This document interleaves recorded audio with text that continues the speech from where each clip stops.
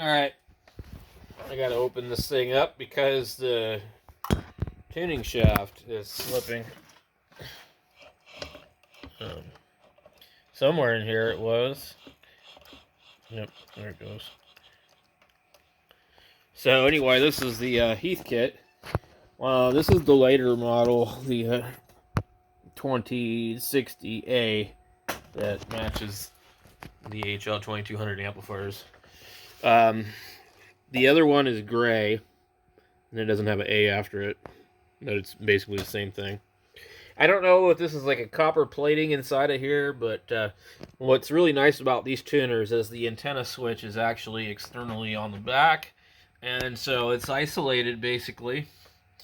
They do have a really kind of a dinky balun in here, but these type of roller inductors are great.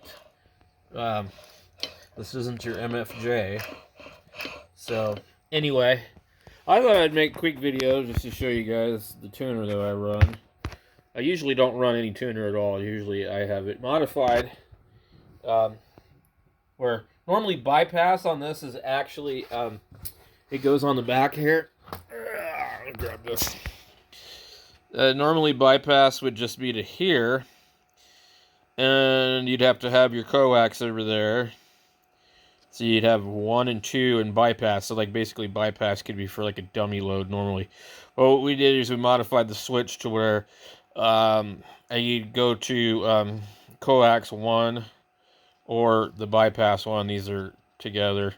And when you put it in bypass, it bypasses the tuner out of the circuit. Otherwise, with this one here, if you didn't want to use the tuner, you actually had to completely disconnect it. So that was a real pain. So anyways, that's a popular modification on these. So, like these MFJs here, you know, they have the coax 1 and 2 direct. And that's what they should have did on here, but they didn't do that. So anyway, quick video on this.